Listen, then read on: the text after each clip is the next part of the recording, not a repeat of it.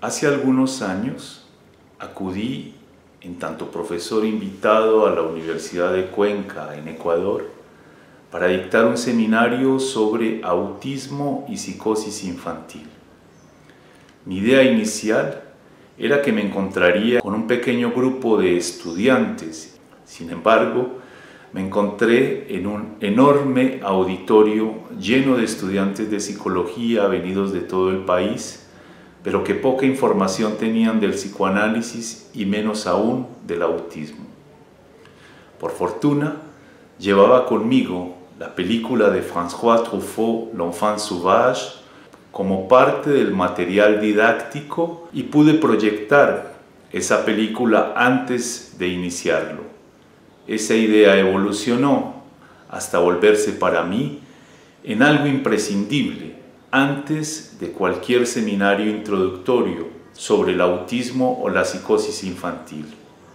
El objetivo del presente videoensayo es, a través de la película de François Truffaut, L'Enfant Sauvage, demostrar cómo él representa la transición desde el último niño salvaje hasta el primer niño autista en la historia de la psiquiatría. La película El niño salvaje fue realizada en 1970 y está basada en hechos reales acontecidos a finales del siglo XVIII y comienzos del siglo XIX.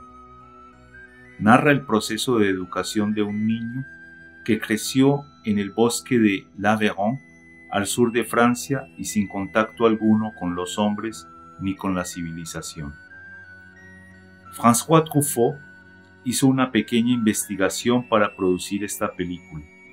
De ello encontramos trazas en su texto Las películas de mi vida.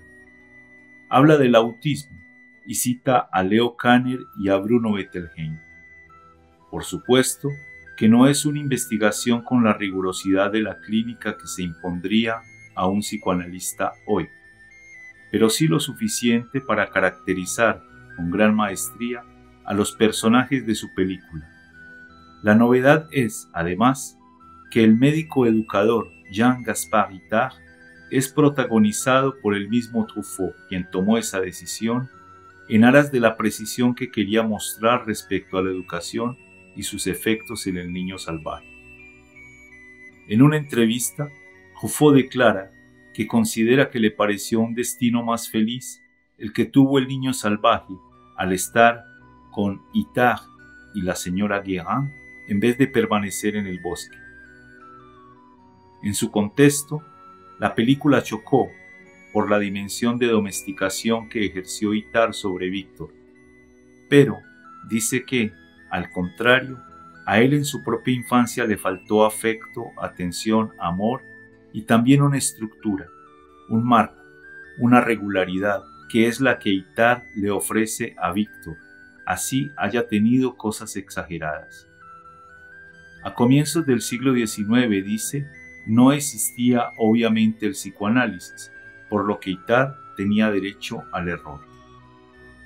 Durante el invierno de 1887, en el departamento de l'Aveyron, se esparce un rumor de que se ha percibido en los bosques un niño completamente desnudo que parece vivir como un animal en medio de los animales. Una mañana montan una expedición con perros de caza, escopetas y cuchillos afilados, porque tal vez sea agresivo y feroz como un lobo.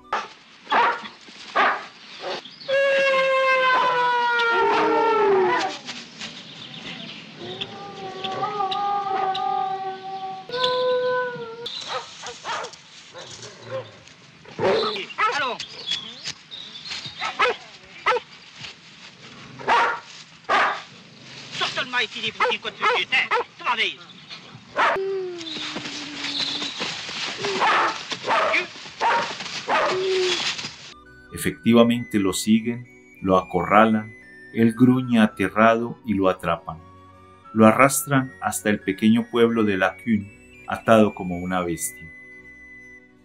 En un primer momento, lo encerraron en una caja con barrotes porque decenas de campesinos y pueblerinos querían verlo. Entonces lo exhiben como un animal de feria. Desde que es capturado ese niño salvaje, mudo y desnudo, de alrededor de 11 años de edad, la prensa de la época anuncia el descubrimiento de un salvaje auténtico. La sociedad quiso de inmediato hacerlo un hombre, pero el niño salvaje se escapa. El 8 de julio de 1800, a las 7 de la mañana, cerca del pueblo de Saint-Cernat, se presenta por sí mismo en la casa de un curador de pieles, lo cual es interpretado como una búsqueda de asilo entre los humanos. Todavía lleva la camisa que le dieron en La Cune, vuelta a jirones. Es el pleno invierno y él ha sobrevivido así. El ciudadano Constant Saint-Estèphe se le acerca y le tiende la mano. Él es el subprefecto de gobierno, cree en el progreso y es hijo de la Revolución Francesa.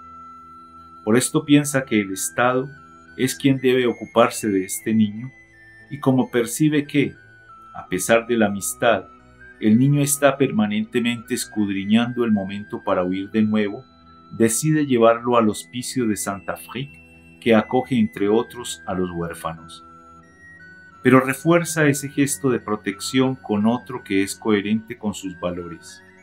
Escribe una carta dirigida directamente al ministro del Interior de París, en la que dice que el niño salvaje parece sordomudo de nacimiento y está privado de sus sentidos y presenta aún hábitos ordinarios con algo extraordinario que lo aproxima al estado de los salvajes. El niño salvaje deja de ser un mito y aparece oficialmente en la historia el 10 de enero de 1800, en el límite del comienzo de ese nuevo siglo y con la nueva comprensión del hombre. 2 días después, el informe del ciudadano Constant Saint-Estèphe está en el escritorio del comisario central en París, quien previene a su ministro del Interior, Lucien Bonaparte, quien pide al comisario que se lo reenvíe inmediatamente a París. Los administradores del hospicio de Saint-Affrique relatan que el chico no soporta vestido alguno ni zapatos, corre sobre las 4 extremidades, parece aterrado, orina y defeca en el mismo lugar en que se encuentra, pero que si se lo acaricia o se le hace cosquillas, se tranquiliza y toma confianza, muestra agrado, lo cual lo vuelve incluso interesante. Es trasladado a Rodez y se demora allí con el pretexto de la búsqueda de sus padres si los tiene. El abad Bonaterre aprovecha la ocasión para estudiarlo y escribir un informe que publicará luego en París. Durante los últimos días de 1799, 60 intelectuales de múltiples formaciones se reúnen en París para fundar la Sociedad para la Observación del Hombre. Su objetivo fue estudiar las facultades del hombre sobre el plano físico, intelectual y moral, para subrayar las grandes características que distingue el hombre de los animales. El encuentro del niño salvaje era la ocasión de comprobar cómo nacen las ideas, el conocimiento, los recuerdos, el lenguaje, el mundo en un salvaje que puede ser un hombre de los orígenes, un hombre que no ha aprendido de los otros hombres y se encuentra entonces intacto. Por medio de él se quiere hacer hablar a la naturaleza. Él encarna la memoria de la horda desde su aparición sobre la tierra. Por eso se quiso que el niño salvaje se remitiera rápidamente a París, porque los sabios querían clarificar lo que en la vía psicológica provenía de la educación y lo que por otro lado provenía de la naturaleza.